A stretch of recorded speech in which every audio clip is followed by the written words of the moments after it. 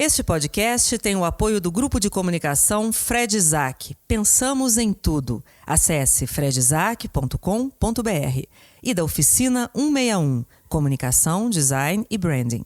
No Instagram, @oficina161. A partir de agora, Aspirinials. Porque não se fazem mais quarentonas como antigamente.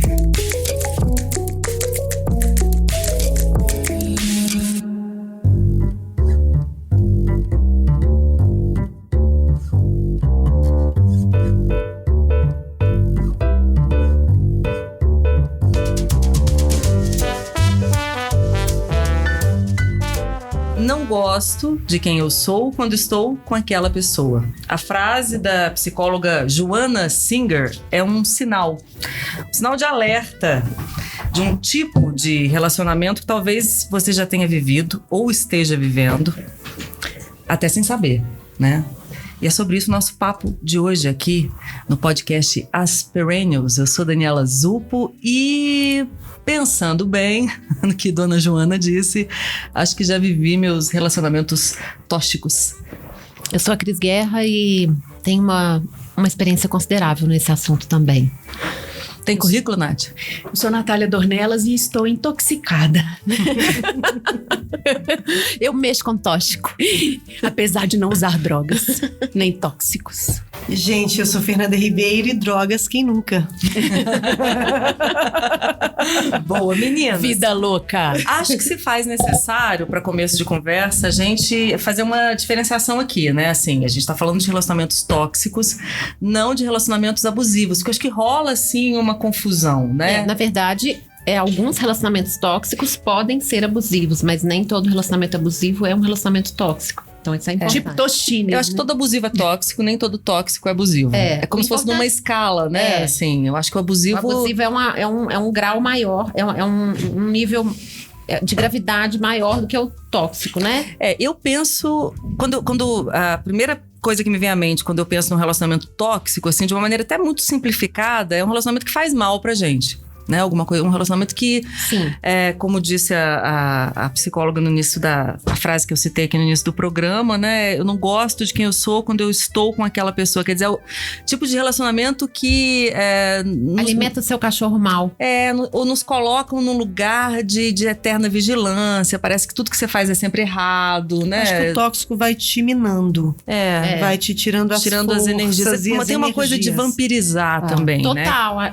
Até e eu sempre penso que o abusivo, se não chegou, vai chegar às vias de fato. O tóxico, não. Você tá falando de violência. De violência. Uhum. O tóxico, eu imagino uma relação em que a pessoa te diminui, mas ela vai comendo pelas beiradas. O abusivo, pra mim, se ele não chegou às vias de fato, ele vai chegar. São pequenas demonstrações violência física ou psicológica, né? Psicológica, mas a física, ela vai acabar chegando. Eu acho Tem uma diferenciação aqui, né, que a gente foi debruçar um pouquinho sobre o assunto, e aí tem alguns teóricos do assunto que falam o seguinte, que o tóxico, às vezes, a pessoa tóxica, ela não percebe que ela tá... Ela intoxicando alguém, né? De mal com a vida, muito reclamona e tudo mais, com autoestima baixa. Mas o relacionamento abusivo, em geral, ele tem a ver com psicopatia, né? E eu posso dar exemplos da minha própria vida para vocês. Eu realmente acho importante falar sobre isso. Até como alerta, né? Porque eu acho que a gente realmente, às vezes... Acho que um dos fatores da gente viver relacionamentos tóxicos é não perceber que a gente tá vivendo. Porque quando a gente saca, tem uma boa chance da gente ficar livre deles, né? Mas tem uma questão muito importante. Quando a gente tá vivendo um relacionamento tóxico e a gente topa essa relação, é sinal de que a gente tá precisando se tratar. Porque se a gente topou ficar naquela relação, é sinal de que a gente gosta dessa... não é que a gente gosta. Existe um gozo, né? Que aí os psicanalistas falariam assim. Existe alguma coisa coisa que tá fraca em você, que tá enfraquecida em você, que faz com que você tope essa relação. Ou a sua autoestima tá baixa, você acha que você precisa dessa relação. Então, são relacionamentos que, normalmente, quando você sai deles, você entra num processo, às vezes, de terapia, de descoberta, que você meio que se liberta e aprende a enxergar outros possíveis que possam vir, né? Então, Como é que você... Por que você acha que você entrou nesses relacionamentos e como você fez para sair desses relacionamentos? Olha, coloca a voz de pato. Eu acho que quando entrei... Bom, um relacionamento que eu vivi não era uma relação amorosa. Era um relacionamento como se fosse de mãe e filha, de uma pessoa que se aproximou de mim, que é muito bacana, que com certeza queria me ajudar no momento em que eu estava fragilizada depois da morte do Gui, com o Fran pequenininho. Mas era uma relação que não tinha...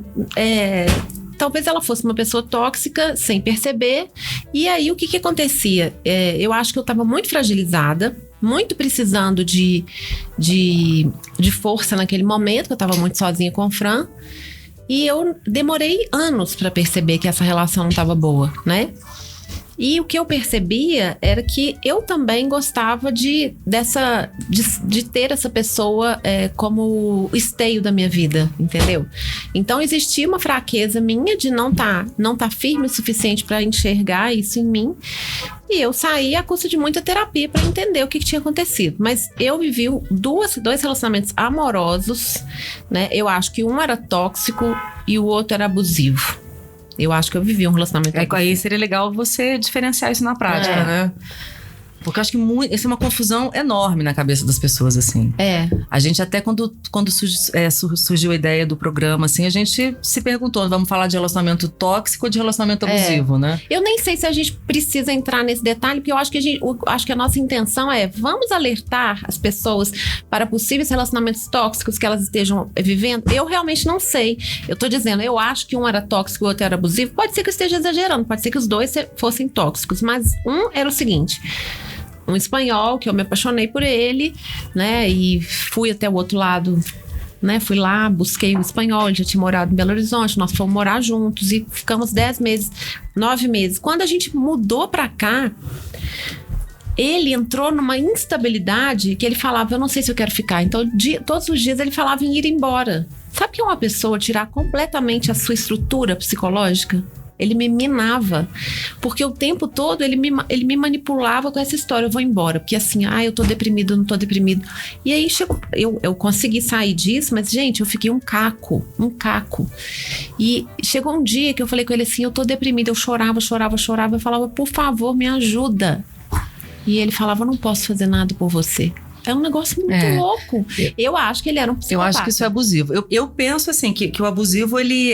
Você disse uma coisa que eu acho super interessante anteriormente. Você disse que o relacionamento tóxico, nem sempre a pessoa tem consciência de que ela está intoxicando o outro, né? Ou seja, ela não tem a intenção de ferir, magoar, controlar. Eu acho que o relacionamento abusivo, além disso que a Fernanda falou, da violência, de chegar às vias de fato, etc., eu acho que tem uma coisa premeditada, tem uma estratégia total. É um egoísmo, gente. Não, tem uma estratégia de começar... De todo psicopata. Mas de começar... Mas nem todo relacionamento abusivo é de psicopatia, né? Eu acho assim, que tem... O que eu acho que define, na minha concepção, é que tem algo que é premeditado, uma estratégia de conquista, de sedução. Eu tava vendo outro dia... Isso é psicopatia, Dani. Não necessariamente. Não, claro porque ninguém chega na sua vida te dominando. Tem um espaço que você vai dando, que acho que é o que a Cris estava dizendo. Claro. Tem uma permissão que você vai... Às vezes sem consciência, tem uma permissão que você vai abrindo ali pro outro ir lentamente invadindo a sua vida com ciúmes, com dominações, com controles absurdos. Ninguém entra... Você não assina um contrato ali no início da relação onde você tá topando qualquer parada, mas a figura, né, que faz isso, pra mim, é uma não sei. Eu não saberia diagnosticar. Mas eu acho que pra mim o que diferencia muito é que o tóxico também é aquela pessoa que tá ali não necessariamente querendo te fazer mal. Eu acho que o relacionamento abusivo tem um nível de consciência muito claro, assim.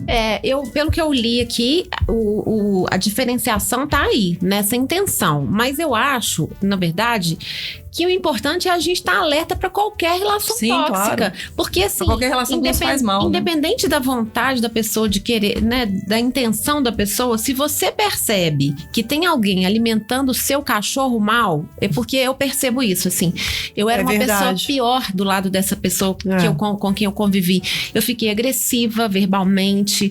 Quando eu vi, eu tava sendo a pior pessoa. Eu acho que a gente tem isso. As relações, elas são meio químicas, elas têm uma alquimia de puxar o melhor de você.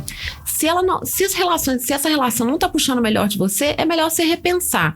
Mas essas duas relações amorosas que eu tive, a segunda eu não contei, que era um cara muito ciumento. Muito, muito ciumento. A ponto, né? Ele morava em São Paulo, eu morava aqui, a gente namorou 3 meses e foi uma... Isso é uma coisa que eu percebi nas minhas relações. As minhas relações sempre começavam assim, estamos nas nuvens, tá tudo ótimo. Sempre começavam do alto, né? As minhas relações começavam do alto e iam despencando. E a minha relação atual, ela começou do chão. Então, ela vai subindo, ela enfrenta desafios. É uma construção, né? Que é o finalmente, certo, né? Eu demorei muito tempo na terapia para entender, porque eu via o relacionamento do meu pai e da minha mãe, que era um pouco complicado e tal. Mas, assim, esse cara, eu fiquei com ele 3 meses e foi, assim, uma paixão muito grande, porque ele era um cara extremamente inteligente, espirituoso, e eu sou muito sapiosexual, adoro homem inteligente, e ele foi me enredando de tal forma que era assim, me fazia sentir a pessoa mais especial do mundo. Só que um dia ele veio pra minha casa, eu fui dar uma palestra, ele ficou lá na minha casa com o Francisco. Enquanto isso, ele entrou no meu computador e descobriu todas as minhas senhas. Não. E ele começou a investigar a minha vida inteira. Não. Então, com esses 2 relacionamentos, tanto o espanhol como essa pessoa, são 2 pessoas que eu bloqueei em todos os sentidos. gadgets. Nath, você tá aí caladinha? Gente, eu não tenho essas relações. Essas pessoas não duram na minha vida. Não se trata, mas eu acho assim, relacionamento tóxico não é sempre numa relação a 2. Tem amigos, né, colegas de trabalho, que também são pessoas tóxicas. Como é que você detecta? Qual é o seu detector de toxicidade? Eu me afasto imediatamente. Eu não convivo com essas pessoas. Mas tem sinais, assim, que te alertam para maldadezinhas, né? Aquelas falas, assim, que você percebe que a pessoa... Olha, gente que vem me contar que fulano falou mal de mim. Nossa. Graças a Deus, há anos, as pessoas não me vêm com essa notícia. Tem essa, né? Mas gente que vem te falar que o fulano falou que seu cabelo não tá legal, essa pessoa não é sua amiga, entendeu? Verdade. E essas pessoas eu não convivo mais com elas. De verdade, eu tenho cada vez menos amigos. E não acho isso um problema, porque eu tô só afunilando. E tá lindo, entendeu? Quanto mais eu vivo, mais eu gosto do meu cachorro, né? Eu falei... Dizem que a Bárbara Streisand falava que ela não precisava conhecer mais ninguém. Eu quero conhecer gente, sim, mas eu quero gente legal. Mas eu acho que você tá falando uma coisa muito importante, assim, que tem a ver com a maturidade também, né? E com, talvez, a vivência de perdas, de afetos, e de alguma forma a gente aprende a viver com isso. Porque eu acho que quando a gente é mais jovem, a gente tem uma aflição de perder, assim, os amigos, né? E eu acho que a gente aceita muita coisa para sustentar relacionamentos que na verdade são insustentáveis. Isso que você tá falando me parece assim um enorme sinal de maturidade. Não me faz mal, eu não quero, eu não preciso me esforçar para que essa relação dê certo. Mas eu, por exemplo, vivenciei essas 3 relações, não participo disso. Numa fase madura, ou seja, eu tinha 38, 39, 40, 46 já. Mas eu acho que eu ainda estava muito fragilizada, porque durante muito tempo, eu acho que esses 2 relacionamentos amorosos, eu ainda vivi muito tempo, assim, as pessoas falavam muito pra mim, o Francisco merece ter um pai. Eu ficava com aquela imagem na minha cabeça. Eu queria muito dar um pai pro Francisco. Então, eu acho que eu embarquei em alguns relacionamentos errados na ilusão de que eu poderia ter uma família completa. E só quando eu entendi que, não, gente, o Francisco já tem um pai que morreu e eu sou uma ótima família com ele. Então, hoje, a minha relação com a Ale é bacana porque nós não moramos juntos, mas quando a gente tá junto, eu, os meus e os né? Eu, o meu e os dele, somos uma família. Mas eu demorei muito tempo pra enxergar isso, porque eu acho que não é só... eu acho que madura eu era, mas eu fui ficando mais madura à medida que eu abandonei essa idealização. Né? E mas eu acho que a gente cultiva também, né? algumas idealizações. Mas eu acho que a paixão Então ela dá ela tira um pouco dessa lucidez, né? Acho que entre amigos, entre colegas de trabalho, a gente percebe, detecta essas coisas com mais facilidade. Acho que na fase da paixão é mais difícil enxergar essas coisas. É verdade. Né? Acho que tem isso, assim. Porque Fernandinha. Não, eu, na verdade, eu tô com a Nath, assim, eu não tive, que eu me lembre, assim, de ter relacionamentos tóxicos, amorosos nesse ponto, nem abusivos, muito menos. Mas assim, amizades, né, relacionamentos de trabalho, isso a gente, porque eu tava aqui pensando na hora que você tava falando, Nath, nem sempre a relação tóxica, por exemplo, no trabalho, ela é tão perceptível assim. E às vezes tão contornável. Né? Então, assim, às vezes é uma maldade, é uma fala, é uma puxadinha de tapete. É uma puxadinha de tapete ali que você vai levando, mas que você não é que você não percebe, você percebe, mas você vai deixando passar. Porque aí não é relacionamento, é uma atitude tóxica e você saca. Exatamente. Mas tem uma história também de amizade que eu tenho amigos de muitos anos. E recentemente eu limei 2 da minha vida por perceber que essas 2 pessoas me deixavam para baixo. Isso é o maior sinal. E isso é um sinal que é muito importante as pessoas detectarem, porque a gente tá muito nessa história do relacionamento amoroso, mas a amizade, ela te destrói.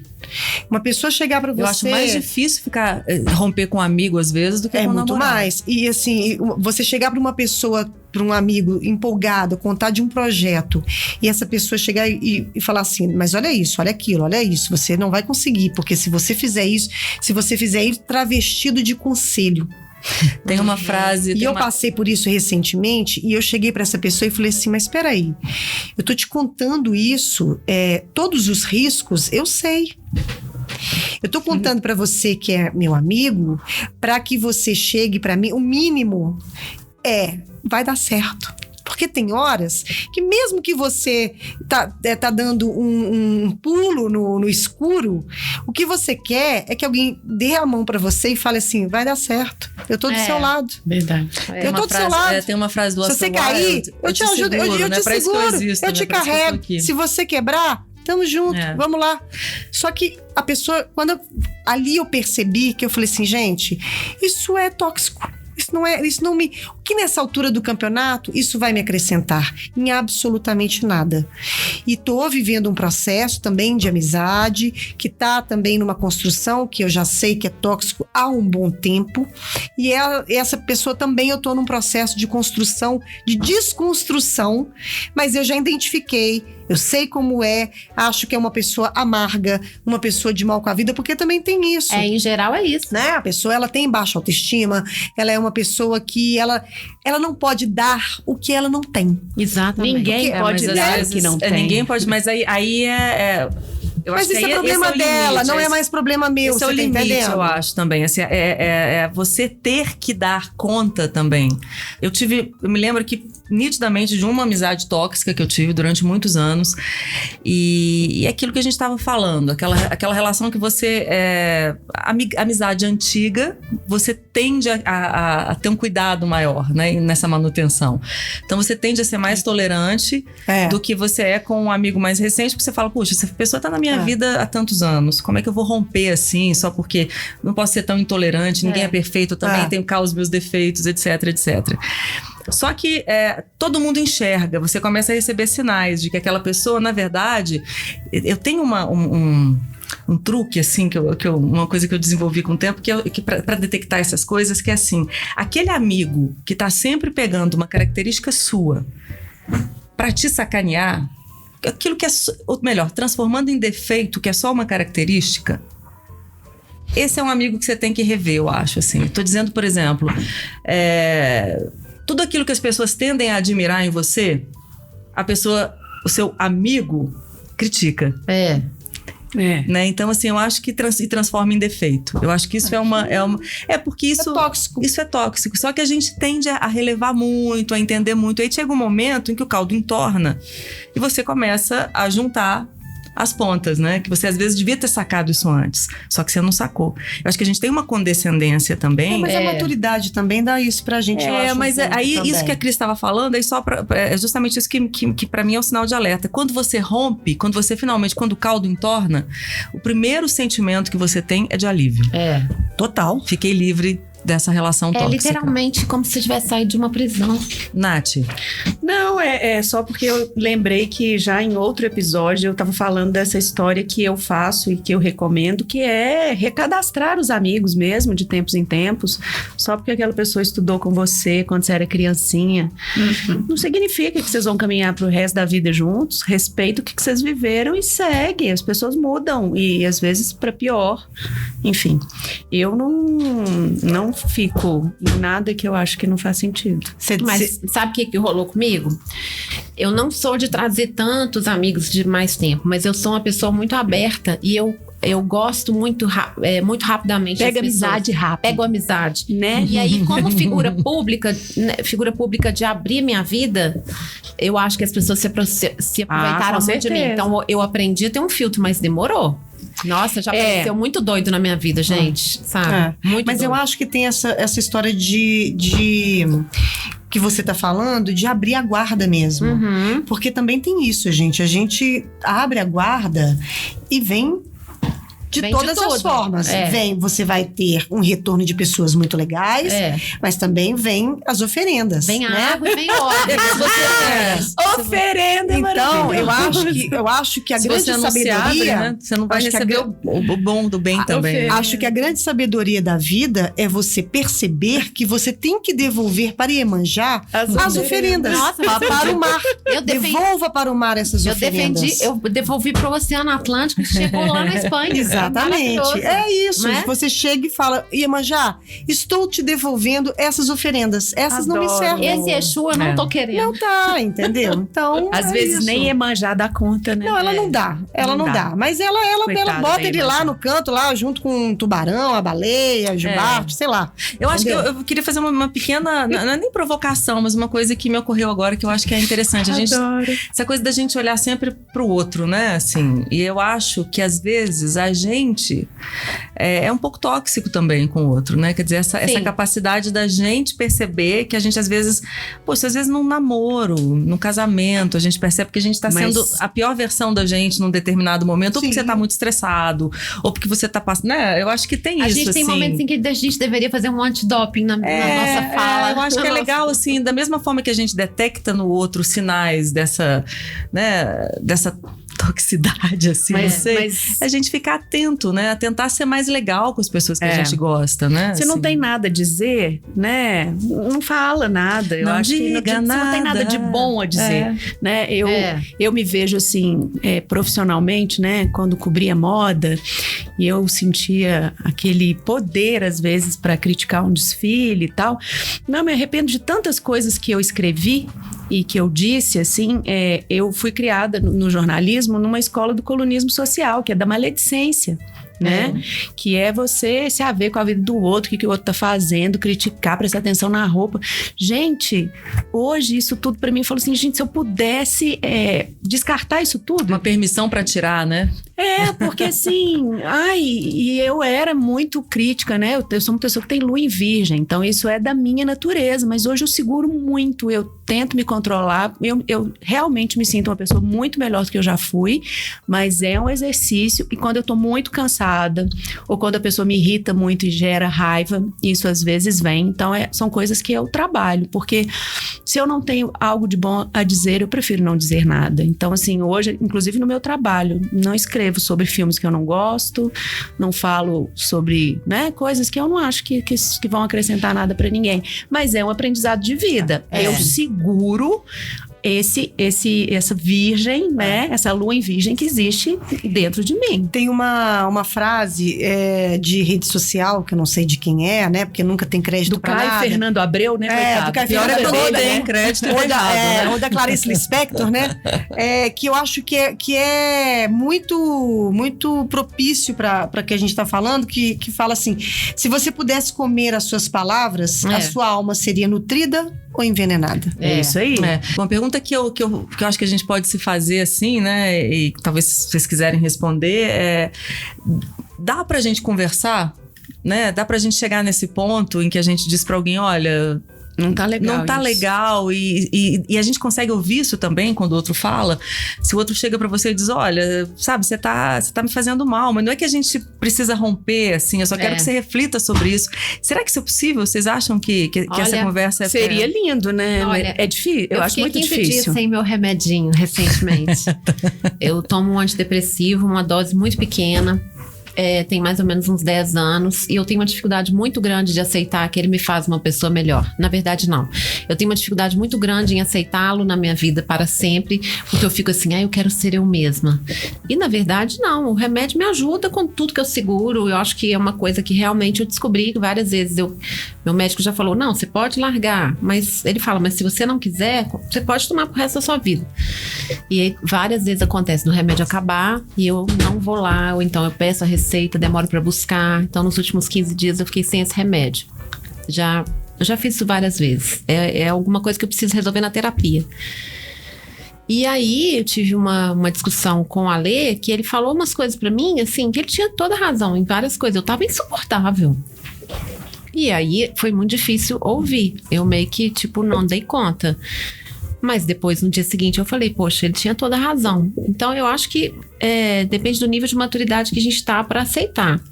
Quando você tá numa relação tóxica, muitas vezes a outra pessoa não vai ser capaz de aceitar. Então, às vezes, você precisa meio que cortar mesmo relações. Depende do nível de maturidade dos dois lados, né? E de clareza, né? Mas eu acho que a gente tem que realmente estar atenta, porque a gente tem momentos difíceis, sim. Nossa, eu sou muito difícil, eu não sou uma pessoa fácil. Eu acho que a maioria das pessoas engole isso e vai ficando com pavor de você e um dia isso estoura, né? O meu namorado, ele consegue me lembrar eventualmente que eu tô sendo muito crítica, muito exigente e tal. E como é que eu ouvi isso? Mas na hora eu vejo que ele tem razão. Eu não concordo com ele, mas eu mudo de atitude, entende? Eu não falo, você tem razão, Anderson. Realmente, hoje estou ácida.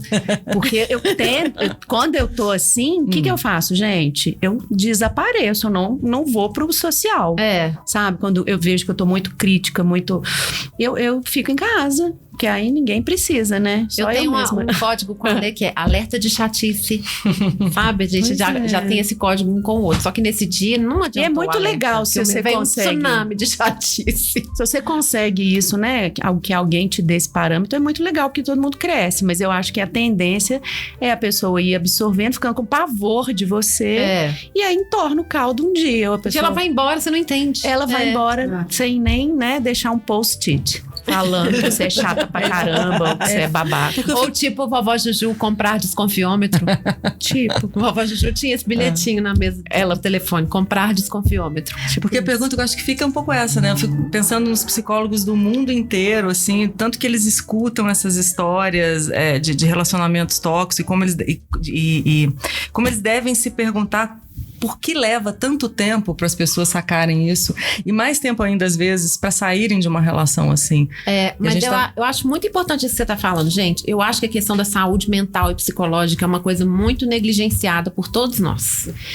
A gente não tá atento à saúde mental. A gente acha que porque você tá aqui na minha frente, parece ótima, você tá corada, você tá ótima. Mas eu não sei sobre as suas atitudes. E a gente tem dificuldade, muitas vezes, de entender que nós, muitas vezes, estamos adoecidos mental ou psicologicamente. Que nós precisamos de terapia. Sim. Porque o mundo que a gente vive é um mundo frenético, louco.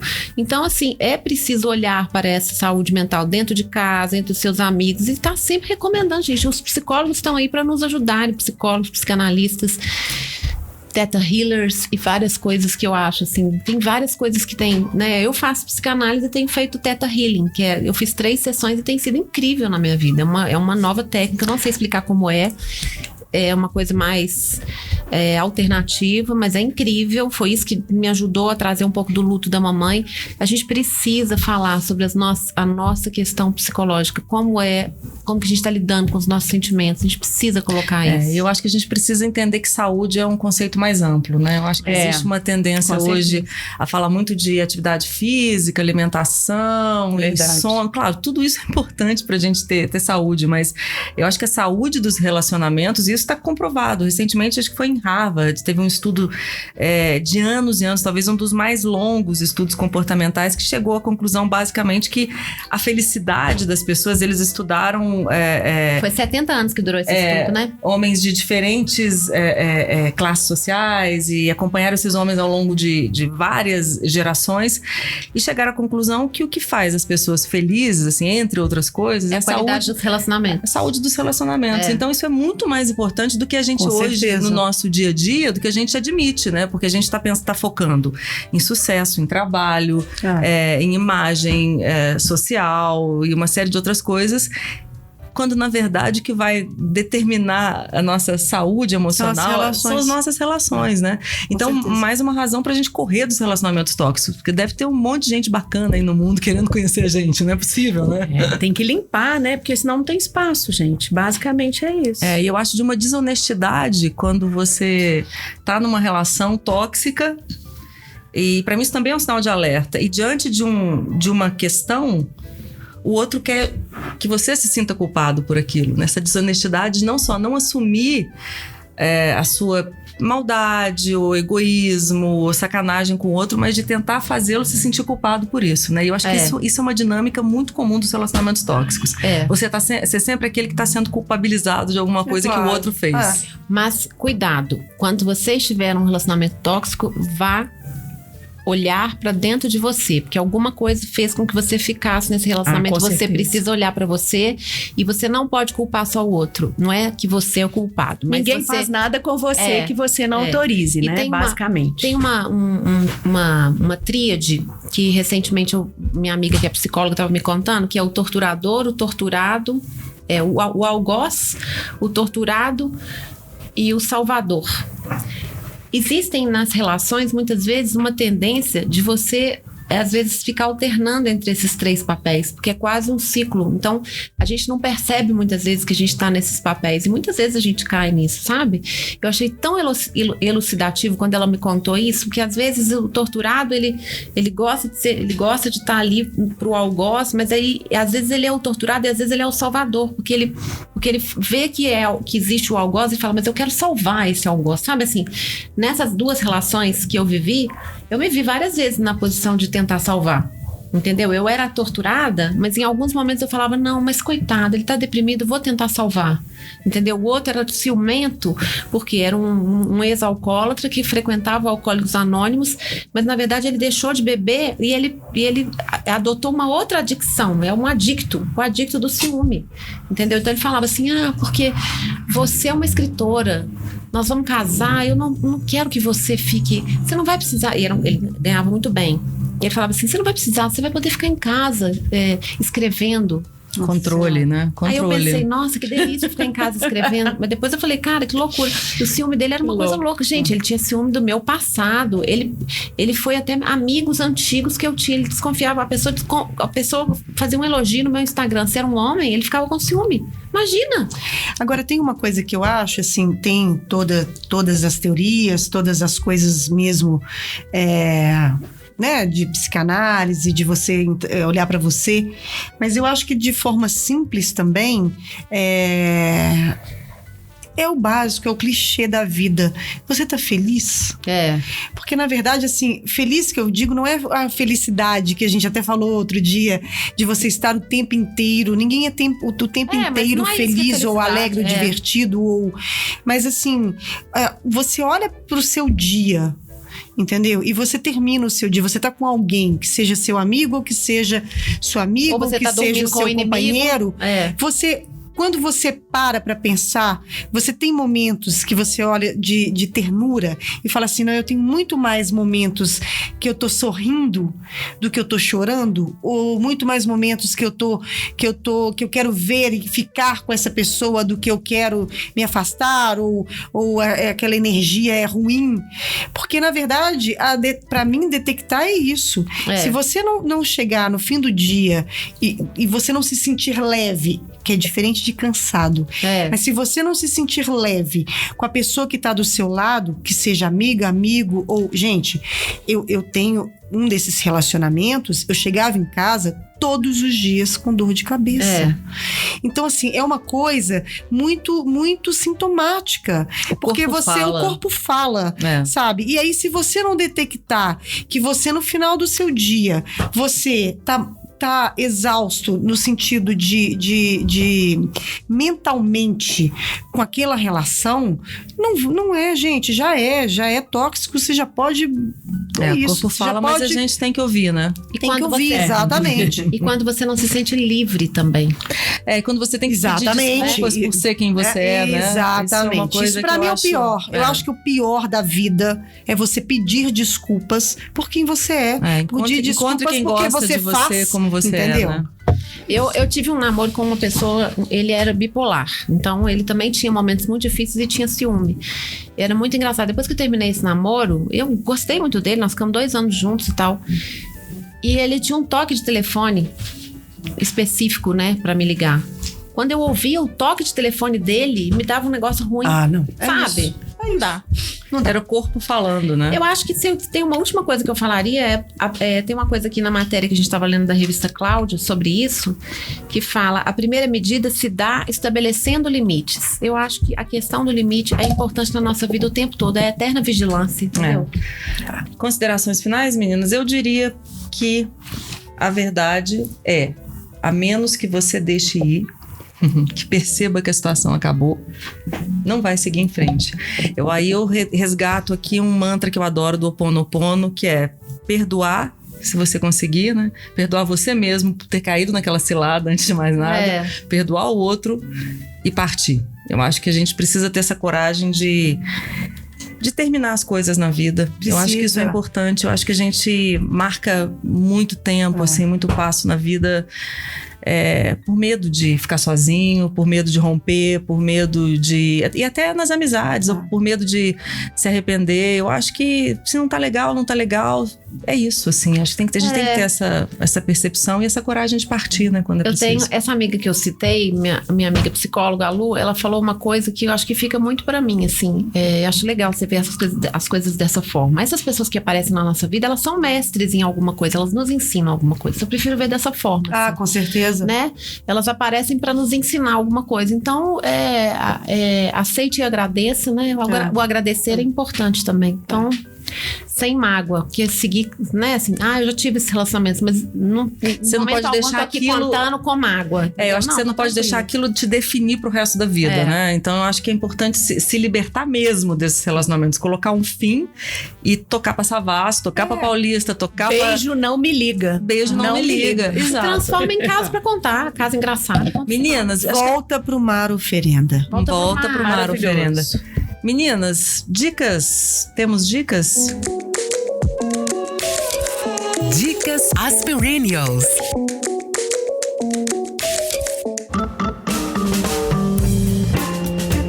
Na verdade, relacionada a esse tema, não necessariamente. Assim, o que você anda vendo, ouvindo, pensando sobre a vida, vale tudo.